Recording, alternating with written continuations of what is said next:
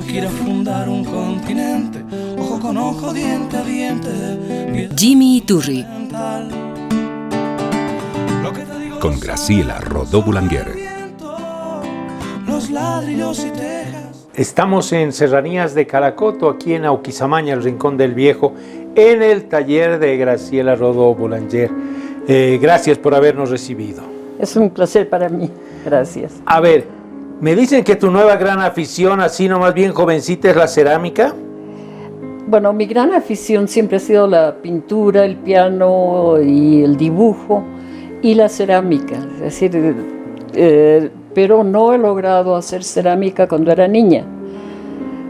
Yo empecé cerámica recién hace 12 años con el maestro Mario Sarabia, pero lo que despertó en mí una gran afición, una gran admiración fue una conferencia que dio Marina Núñez del Prado en la Cancillería, y cuando llegué, yo tendría unos 9 años, había un caballete de escultor y una montaña de arcilla, y estaba Tristán Maroff, el gran escritor, como modelo. Empezó Marina hablando de la técnica y empezó a modelar, y de pronto la arcilla se fue transformando, y al final de la conferencia, que duró unas 2 horas, estaba Tristán Maroff y estaba Tristán Maroff en arcilla. Yo salí maravillada. Entonces, desde ese momento pensé yo, un día voy a manejar arcilla, voy a modelar. He esperado muchísimos años, porque recién a mis 72 años he entrado al taller de Mario Sarabia, y ahí he tenido ya el contacto de la arcilla fresca y un maestro que me dirigía, y ha sido para mí yo siempre decía, es el premio de mi retorno a Bolivia, porque he pasado muchísimos años en Francia, hace 40 años, y hace 12 años que he vuelto a Bolivia, y desde entonces estoy haciendo cerámica. Hay quien dice que solamente el amor convierte el barro en arte. Esa frase está escrita en el taller. Es verdad, y es el amor, y casi yo diría una pasión, ¿no? Yo pienso que el poder estar con un pedazo de arcilla y transformarlo, modelarlo a tu gusto, a tu voluntad, y como yo decía hace poco, la arcilla se la trabaja acariciándola, no se la trabaja a golpes como la madera o el mármol, claro, la piedra. escultura. Claro. La acaricias, la transformas, la modelas. O sea que es amor, es verdad, sí. ¿Y de tu más antiguo amor fue el piano o la pintura? Las dos, simultáneamente, porque mi madre era pianista. Entonces yo seguramente desde que nací escuchaba el piano. Y en cuanto pude asomarme y sentarme al piano, empecé a estudiar piano con mi mamá. Pero al mismo tiempo, a los 5 años de edad, en Oruro, vi un taller de pintura de una señora que era la esposa del dentista que nos atendía, y por una casualidad, yo persiguiendo a un conejito, abrí la puerta del taller y vi un paraíso. Vi unas flores, jarrones, cuadros y una señora feliz ahí sentada frente al caballete. Eso también me impresionó muchísimo. Yo pensaba, yo quisiera ser ella, yo quiero hacer lo que ella hace. Me hizo sentar y en 2 minutos me hizo un retrato a lápiz y me lo dio. Y ahí empezó mi vocación también para la pintura, el dibujo. Stern, que fue un famoso violinista judío, le decían, ¿por qué hay tan buenos violinistas judíos? Y él decía, porque es difícil huir con un piano al hombro por toda Europa. Ha debido ser difícil llevar tu piano, ¿no? Exactamente. Ese es el problema del piano, porque yo he seguido las 2 carreras. He estudiado piano, he estudiado pintura. Mi primer viaje fue a Chile, a Santiago, cuando yo tenía 15 años. Y entré al conservatorio. Bueno, para eso tuve que dejar el colegio, ¿no? Que dejé el colegio que me quitaba tiempo, ¿no? Entonces, muy bien. Sí. Entonces, a los 15 años fuimos a Santiago de Chile, entré al conservatorio y entré a la Academia de Bellas Artes. A los 16 volvimos de Chile y a los 17 yo me fui a Europa. Y me fui a Viena en lugar de quedarme en España, y en Viena igualmente me inscribí en el conservatorio de piano para estudiar piano con la hija de un discípulo de Liszt, lo cual también me impresionó muchísimo, y entré a la Escuela de Bellas Artes. Y llegó, bueno, después de un año en Europa, años después, llegó un momento en que realmente piano y pintura era muy difícil continuar. Decidí con muchísima pena dejar el piano, no dejar de tocar, eso es diferente, pero dejar la idea de dar conciertos, de hacer una carrera de pianista. Y me dediqué a seguir mi carrera, mi vocación de pintora. Entonces, bueno, he tenido muchos viajes, después volví, estuve 4 años en la Argentina, ahí di un concierto, varios conciertos y una exposición, y después abandoné y volví a Europa. ¿Y es cierta la anécdota de que una vez alquilaste un departamento y tenías que poner en otro lado tu piano que no era el departamento? ¿Quién te contó eso? No sé, pero sí, poco importa. No, lo que pasa es que yo en Buenos Aires vivía en una pensión y necesitaba un piano. Y el dueño de la pensión, que era muy bueno conmigo en español, yo le dije, ¿puedo traer un piano? Quiero alquilar un piano pequeño, vertical, y traerlo. Y me dice, bueno, en su pieza no puede, pero tengo una lavandería aquí al lado, ¿no? Entonces, que la entrada era independiente. Y me dijo, sí, puedes traer tu piano. Entonces, llevé mi piano y me trasladé yo a la lavandería. Habían varias lavadoras, se dice, ¿no? No eléctricas, sino de... No, claro, para mano. Sí. Puse unas cortinas a todo eso, puse el piano, mi cama, y ahí yo estudiaba horas sin molestar a nadie, ¿no? Así que yo pienso que cuando uno quiere hacer algo, realmente tiene que sacrificarse y luchar por lo que uno quiere. Yo he luchado hasta el final por el piano, hasta que ya dije, basta, no. Abandono la idea de la carrera de pianista y sigo con la pintura. Además, tu público tenía la gran suerte de estar lavando y escuchando música. Sí. No había público, estaba desocupada, era una pieza que estaba vacía. ¿Y ni los vecinos decían nada? Nada, encantados los vecinos, les gustaba que yo haga música. ¿Eres una mujer que se acomoda a otros lados fácilmente? Yo creo que sí. Depende por qué, cuál es el motivo por el que yo me acomodo. Ajá. Pero el idioma, por ejemplo, cuando fuiste a Europa, sí. ¿Rápidamente lo entendiste? ¿No tienes facilidad? Bueno, yo estudié en el colegio alemán. ¿Ya? Y en el colegio alemán aprendí alemán para Viena, para cuando estuve en Viena, e inglés. Entonces, no tuve el problema con los idiomas. El francés lo aprendí también así, no sé cómo, ya viviendo en Francia, ¿no? Pero no tenía problemas de idioma, de comunicación. ¿Y no extrañabas la comida? Porque suele ser algo que los bolivianos que se van, pues, dicen que es lo que más extraña, su chicharrón, su fricasé, no sé. Sí, no. ¿Te adaptabas? Me adaptaba. Yo decía, todo vale la pena, además no es un sacrificio comer la comida vienesa, ¿no? No, claro, ni francesa. Sí, ni francesa, no. Dije, me voy a sacrificar, voy a comer francés. Claro. La cocina francesa con tal de poder pintar y poder vivir en París. No, yo me adapto, no sé si es una manera de ser, pero yo siempre he tenido como una línea, una meta, ¿no? Y cualquier cosa para llegar a esa meta, y mi meta era que seguir con el piano y seguir con la pintura.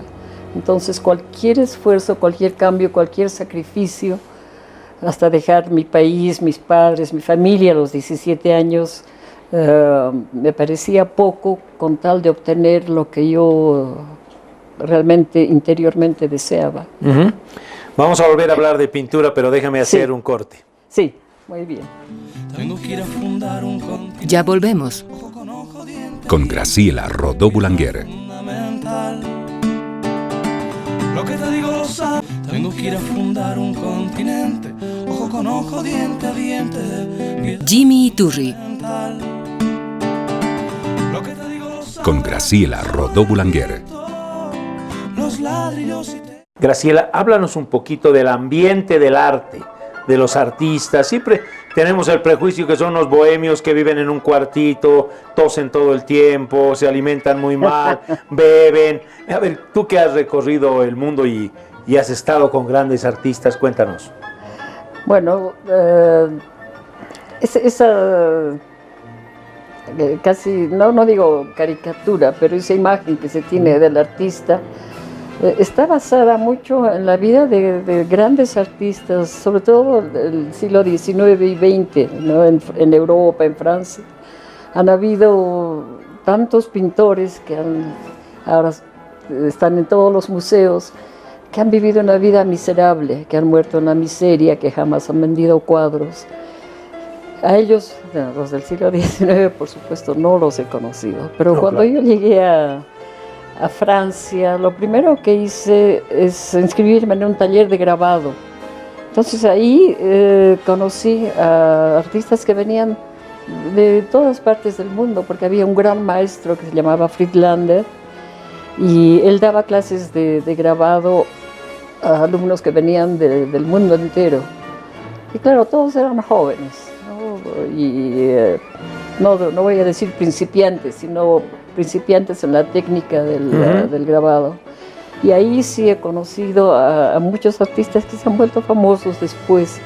Pero he visto, y yo misma tenía 20 años en esa época, vivía como podía, ¿no? En un hotel, en una especie de pensión. Pintaba donde podía, como podía, y todos los que estaban, mis amigos, había un israelita que había perdido una mano con una de las minas personales, tenía otro colega que era japonés, que nació deforme por la consecuencia de la bomba atómica. Entonces ha sido interesante para mí conocer. Había un artista brasilero que es famoso hoy día, que se llama Arturo Pisa.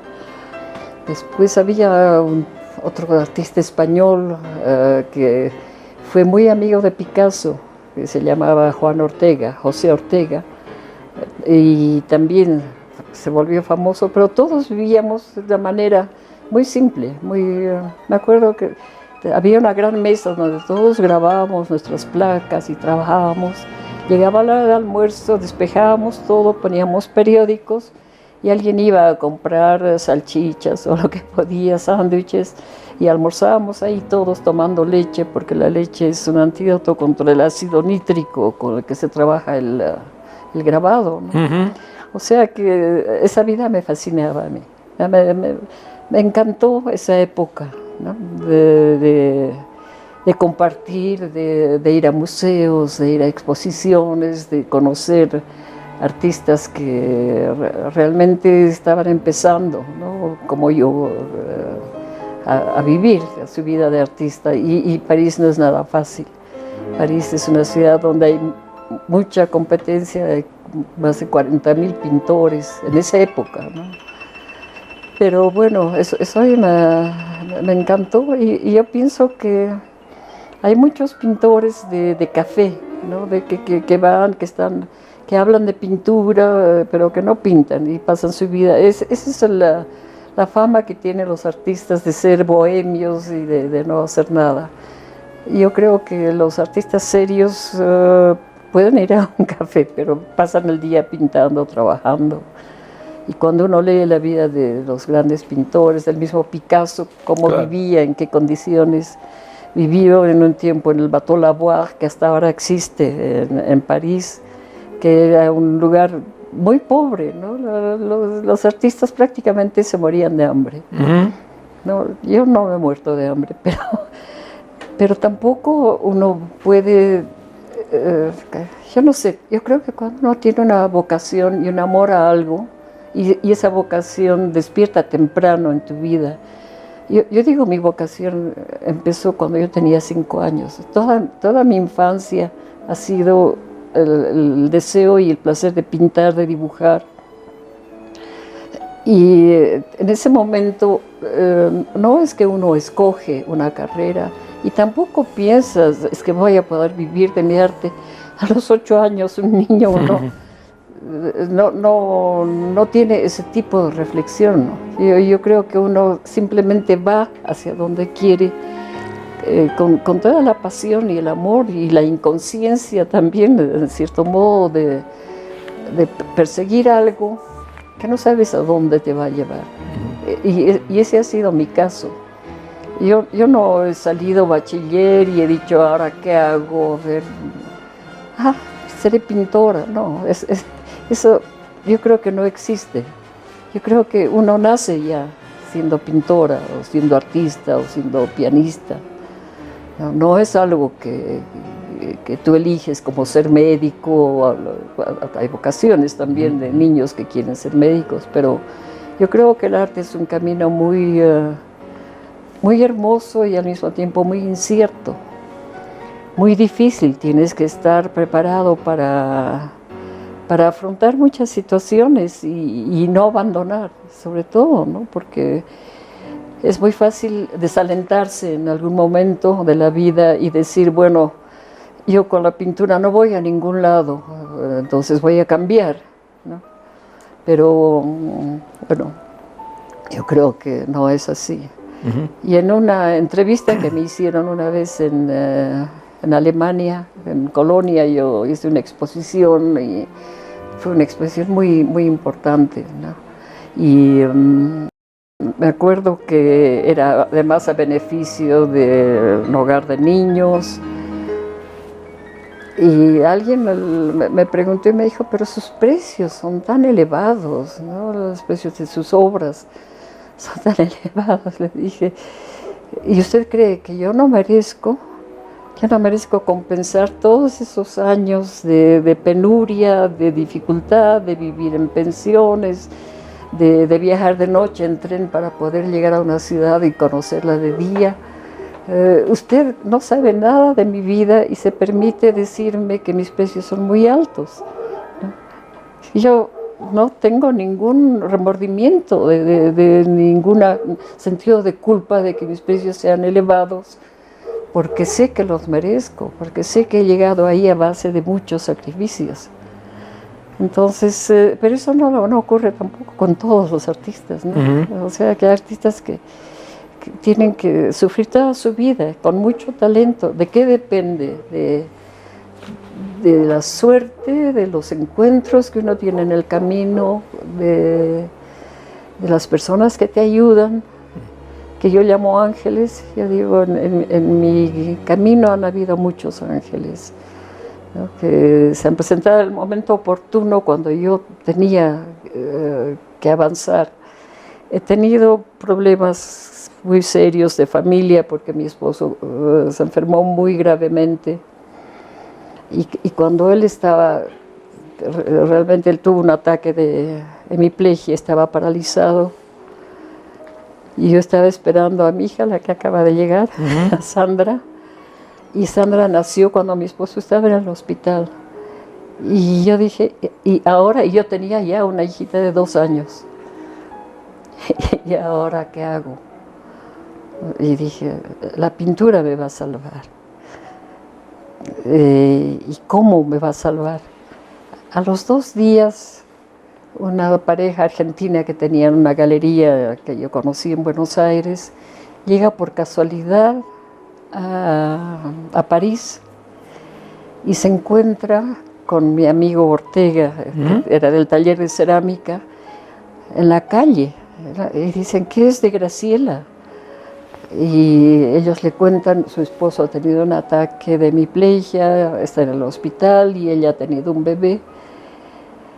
Entonces este señor Ortega me llama y me dice, acabo de enterarme de lo que te ha pasado, y mañana llega un americano que es editor de grabado. Al día siguiente yo estaba con mi cartón de cuadros tocando las puertas del hotel donde él estaba, que estaba en el Hilton. Lo conozco y yo, cuando lo recuerdo con alas, porque dije, es el primer ángel que llegó a mi vida. Me dice, pon tus cuadros. Entonces me dice, quiero este y este. La pintura me salvó, no solo a mí, pero nos salvó a todos, porque mi esposo a partir de ese momento nunca más pudo trabajar. Normalmente yo tuve que criar a mis 2 hijas. ¿No? Entonces con ese contacto de Lublin, que fue mi editor durante 25 años después, sentí que todo esfuerzo, todo sacrificio, todo se compensaba siempre con la pintura. Pero tuviste suerte porque Vincent Van Gogh no tuvo tu fortuna. No. Y se muere sin vender un solo cuadro. Y hoy son los cuadros más caros. Sí, ha tenido un récord de venta en Sotheby últimamente, me parece, ¿no? Sí. Bueno, vamos a seguir en el siguiente capítulo hablando de esto que le encanta a Graciela y yo estoy aprendiendo, pintura. Ya volvemos. Con Graciela Rodó Boulanger. Lo que te digo lo sabes. Tengo que ir a fundar un continente, ojo con ojo, diente a diente. Jimmy Iturri. Lo que te digo lo Con sabes. Graciela Rodó Boulanger. Los ladrillos y tejas. Estamos con Graciela Rodó Boulanger en su taller aquí en Alto Calacoto. Graciela, yo te cuento que cuando escribo a veces es producto de lo que estoy soñando, me tengo que levantar ese momento y me abrigo, por supuesto, en La Paz y tengo que ir a la computadora. ¿Cómo es tu proceso creador desde que te imaginas una pintura hasta que la terminas? Esa pregunta yo pienso que la puedes hacer a muchos pintores, escritores, músicos. Es el misterio más grande. ¿No? Como que hay un libro que se llama El misterio de la creación, de Stefan Zweig. Él explica a su manera, pero yo pienso que es algo muy difícil de explicar. ¿En qué momento nace una idea o en los escritores? Tal vez podría comprender que tienes un pensamiento y si no lo escribes en ese momento, se te olvida después. Entonces tienes que ir a la computadora. Pero en pintura, el arte para mí es el medio de reflejar tus emociones sobre una tela o sobre un pedazo de papel o con un pedazo de arcilla. Es algo que viene de muy dentro, no es intelectual, pero tampoco es solamente emoción. Es muy difícil de explicar. Yo no podría decirte cómo, en qué momento se me ocurre a mí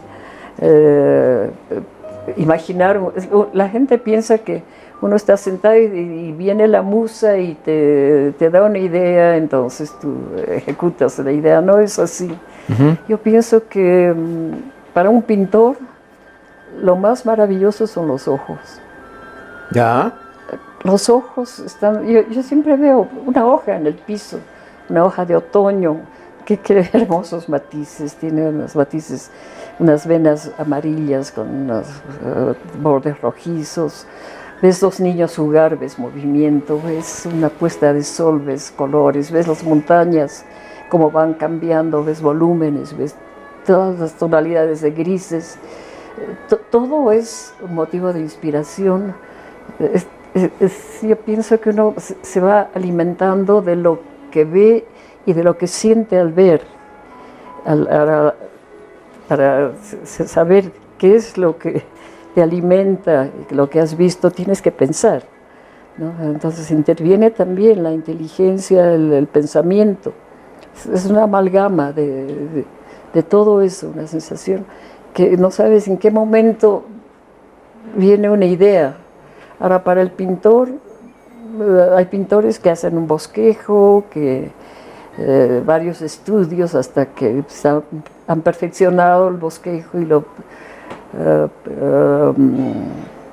trasplantan a la tela, al lienzo. Yo no, yo me pongo a pintar con una idea, una sensación, una idea, un estado de ánimo, ¿no? Si es un día como hoy, donde tú ves las montañas, el cielo azul, estás más alegre, la pintura va a salir con una tonalidad, con un colorido muy diferente que en un día de lluvia o en un día de frío o de nieve. Todo es un elemento, todo es un ingrediente para componer una obra, para crear una obra. Y el instrumento eres tú. No te puedo explicar, no podría decir, la creación es esto, no tengo respuesta. Es simplemente algo que yo siento y que hago. Ya, es magia. Sí, sin decir con la intuición, ahora para plasmar una idea o una emoción, por supuesto necesitas técnica, no es cuestión de decir, yo voy a tocar una sonata en el piano sin haber estudiado jamás, sin haber hecho jamás una escala o un arpegio. Tienes que tener un oficio, el oficio del pintor, que es un oficio que empiezas cuando agarras tu primer lápiz de niño y termina tal vez cuando escribes tu testamento, no sé.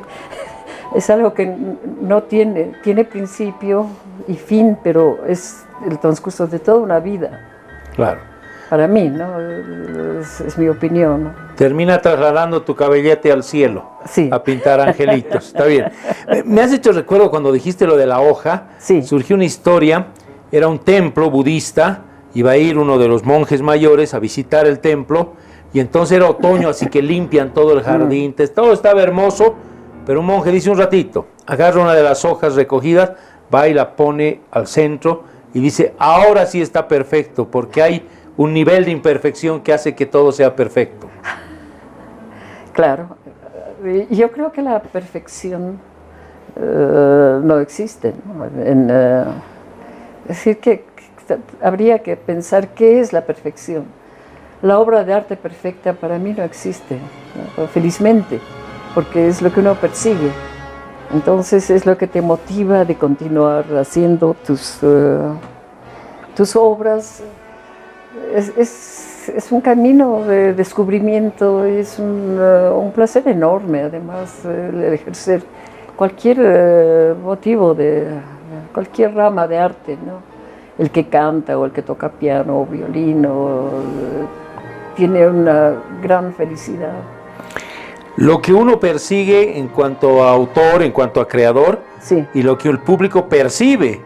Eso también, sí. ¿No te ha pasado que la lectura que tiene el público de tu pintura es algo que tú nunca hubieras imaginado? ¿No te han hablado y te han dicho? Me ha pasado alguna vez, no muchas veces. Lo que el público ha percibido en mi pintura, y siempre escucho lo mismo, su pintura me hace feliz.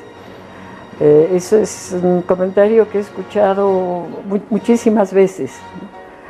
Y claro, el público no sabe que muchas veces en momentos difíciles yo pintaba y después me sentaba y lloraba, porque tenía algún problema, una pena triste, profunda. Y después volvía al lienzo y al final el lienzo, el cuadro expuesto, la gente dice, ver su cuadro me hace muy feliz. Y eso a mí me agrada mucho, porque no es un propósito tampoco, no es una cosa voluntaria. No pienso yo decir quiero agradar a la gente, quiero pintar algo bonito o algo triste, quiero denunciar, porque hay la pintura que denuncia a todos los muralistas, la pintura engagée, como se dice, comprometida. No, yo creo que no hay un propósito semejante, simplemente transmitir lo que yo siento y alegrarme de que alguien al ver mis cuadros sienta no lo que yo he sentido, ¿no? Porque es un poco difícil y casi imposible, sino que esa persona sienta algo, sienta alegría o felicidad al contemplar un cuadro mío, ¿no? Que no es la misma que yo siento, porque yo a veces he pintado llorando, ¿no? Pero la obra no ha salido así. Ese es el problema también de saber cómo el público va a recibir tu obra. Pero al pintar no piensas, porque si piensas en eso, algo se enfría. Pierdes esa espontaneidad diciendo, este cuadro lo voy a exponer en San Francisco. ¿Qué piensan los americanos que tienen un gusto diferente tal vez de los mexicanos o de los chinos? No, si piensas en eso, no eres artista realmente. Muy bien. No pintas para complacer. Para complacerte a ti sí, tal vez, ¿no? Porque te complace poder hacer las cosas. Es una línea que sale bien, es un placer infinito. Dos colores superpuestos que armonizan y los miras, te dan una alegría que no se puede describir. Es la belleza. Esa es la belleza, sí, creo. Graciela, imaginemos que una niña de 5 o 6 años se acerca y tú te ves en esa niña porque dices, yo era así, y te dice, dame 2 consejos para que yo pinte, porque quiero ser pintora. ¿Qué le dirías? Que pinte. Que pinte lo que sea y como sea, pero ni pinceles, ni lápiz, nada. Que pinte con lo que tenga. Que pinte, que haga lo que quiera, sobre todo si tiene 5 años, ¿no? Que pinte las paredes de su casa con tizas, no importa. Si no sé si su mamá va a estar de acuerdo. Pero que no deje, aunque decirle eso a un niño es difícil, ¿no? Pero que no deje que nadie se meta en su universo y le diga, no, esto está torcido, o esto no es así, o cómo vas a hacer una mano con 4 dedos si son 5. ¿No? Porque eso es lo que empieza a limitar a los artistas potenciales, que son todos los niños. Todos los niños dibujan de manera maravillosa, hermosa. Después entran al colegio, les hacen copiar patitos y ya los echan a perder. Muy bien. Así que ya lo sabe. Si su hijo o hija pinta sus paredes, usted puede tener un famoso artista en el futuro. Enseguida volvemos. Ya volvemos. Con Graciela Rodó Boulanger. Lo que te digo lo sabes. Tengo que ir a fundar un continente, ojo con ojo, diente a diente. Jimmy Iturri. Lo que te digo lo Con sabes. Graciela Rodó Boulanger. Los ladrillos y te... ¿Qué fantasmas te traen a Bolivia después de haber vivido tantos años fuera? ¿Por qué volví a Bolivia? ¿Por qué me fui de Bolivia primero? ¿No? Porque para volver tendría que haberme ido. ¿Sí? ¿Te fuiste a aprender? Sí, me fui muy joven a Chile, volví, después me fui a la Argentina, volví, después me fui a Francia, a Europa, volví y después ya me fui definitivamente, yo pensaba por mucho tiempo, a Francia, porque acá en Bolivia no encontraba lo que yo buscaba para desarrollarme en cuanto a pintora y pianista. No teníamos en esa época mucha estructura cultural. Siempre ha habido mucho talento en Bolivia, pero no ha habido la escuela importante, el conservatorio importante en esa época. Todo era limitado. Y me parece que sigue un poco, ¿no? Pero ahora hay, por supuesto, internet, hay maneras de acceder a museos, a viajar por el mundo en tu pantalla, ¿no? En esa época no había nada de eso. Entonces me fui de Bolivia precisamente porque quería continuar. Yo quería continuar con la pintura, quería seguir aprendiendo, quería seguir viendo museos, talleres, visitando maestros, para continuar. Eso hizo que yo me fuese de Bolivia y ahí encontré a un amigo que había conocido yo en Bolivia, que era francés, que fue después mi esposo, Claude Boulanger.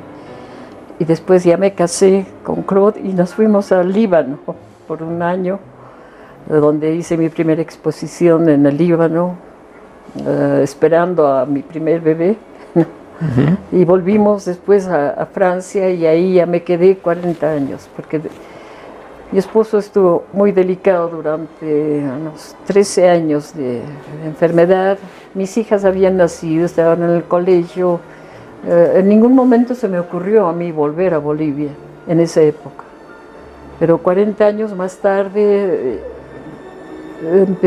mis hijas se casaron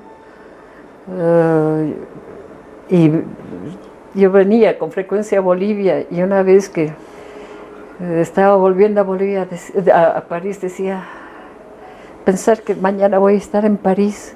Y ahí me di cuenta que París ya había dejado para mí de importar tanto, ¿no? Que lo que a mí me gustaba era otra vez volver a mis raíces. Entonces hice 2, 3 viajes de ida y vuelta, cada vez me costaba más volver a París. Y también con los años yo decía, es la ciudad donde a mí me gustaría envejecer y morir, pero nada. Entonces dije, ahora que todavía tengo tiempo, que mis amigos todavía están allí, mi papá vivía, mi mamá ya no. Ya. Dije, es el momento de volver. Quemé mis naves, vendí todo lo que tenía, pero todo, no me quedé con nada. Tenía un taller, un departamento y una casa de campo. Y me vine feliz. Y muchas veces me preguntan, ¿extrañas París? No extraño París. Y a mí me gusta vivir el momento y estar donde estoy. Podría tal vez extrañar el taller de París, mi taller. No puedo decir con toda sinceridad que extraño París. A veces me viene una pequeña nostalgia, porque es una ciudad maravillosa, porque he vivido una época muy linda en París. He aprendido, grabado litografía, he podido exponer, he viajado mucho por Europa. Todo tiene un momento y me siento feliz de haber vuelto. Una vez cuando yo estaba acá en La Paz, yo tenía un taller, pero vivía en París. Y estaba descansando y por fuera escuché unas voces, ¿no? Y decía, esas voces son las voces de mi país. Me parecía la voz de mi mamá, ¿no? Y decía, eso extraño, eso quiero volver a encontrar. Y es lo que he hecho, ¿no? He vuelto, estoy feliz de estar acá. Feliz, ¿por qué? Porque tengo una gran libertad.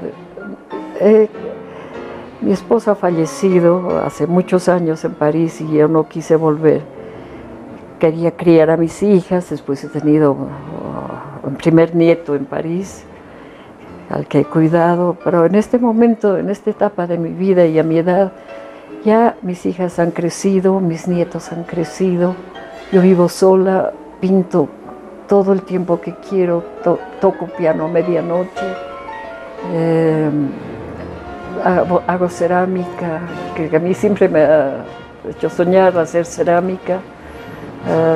Tengo mis amigos de infancia, todavía algunos. Voy perdiendo poco a poco amigos, ¿no? Porque ya es la época. Pero, no sé, lo que uno dice, el país es muy importante, te llama, ¿no? Te importa, ¿no? Te identificas. Yo en París he vivido 40 años, tengo pasaporte francés, mi esposo era francés, mis hijas son medio francesas, mis nietos también. Pero Yo me he acostumbrado, me he adaptado y jamás me he identificado. Mira, cuando yo vivía en Sopocachi, veía el Illimani, abría la ventana y veía el Illimani. Me fui a vivir a Cota y ya no había el Illimani, mi hija se deprimía. He tenido que comprarle una fotografía gigante del Illimani. ¿A ti te gusta vivir entre estos cerros? Claro, claro que sí. Claro que sí, es muy importante. Además, tengo la suerte de tener una vista hermosa de los cerros que me rodean y la ciudad es una ciudad muy linda, ¿no? Ayer estuve en el museo porque fuimos a ver otra vez la exposición y paseaba por esas calles del centro, la calle Potosí, la calle Comercio, que son tan mi infancia. Claro. ¿No? Que realmente ahí estoy identificada. ¿Y te has ido a la India con hijos y sí. con hijas y nietos? Sí, el primer viaje lo hicimos yo hice con mis 2 hijas y mis 4 nietos. Y me fascinó la India. Después hemos vuelto, nos fascinó a todos. Y hemos vuelto 4 veces ya. Es un país que... Yo he estado en Japón, he estado en Egipto, he estado en México, he estado en muchos lugares. Ningún país me ha fascinado de la manera en que me fascinó la India. ¿Y a tus nietos también? A mis hijas, a mis nietos, a todos.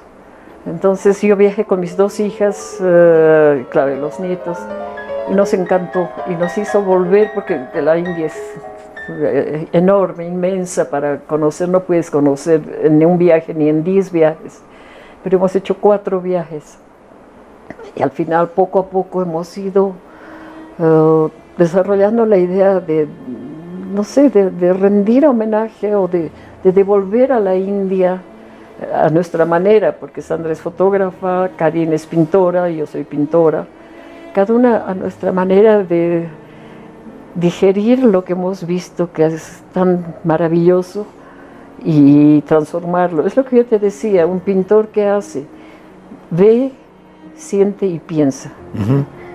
Es lo que nos ha pasado a las 3 y hemos organizado esta exposición en el museo que nos ha abierto sus puertas.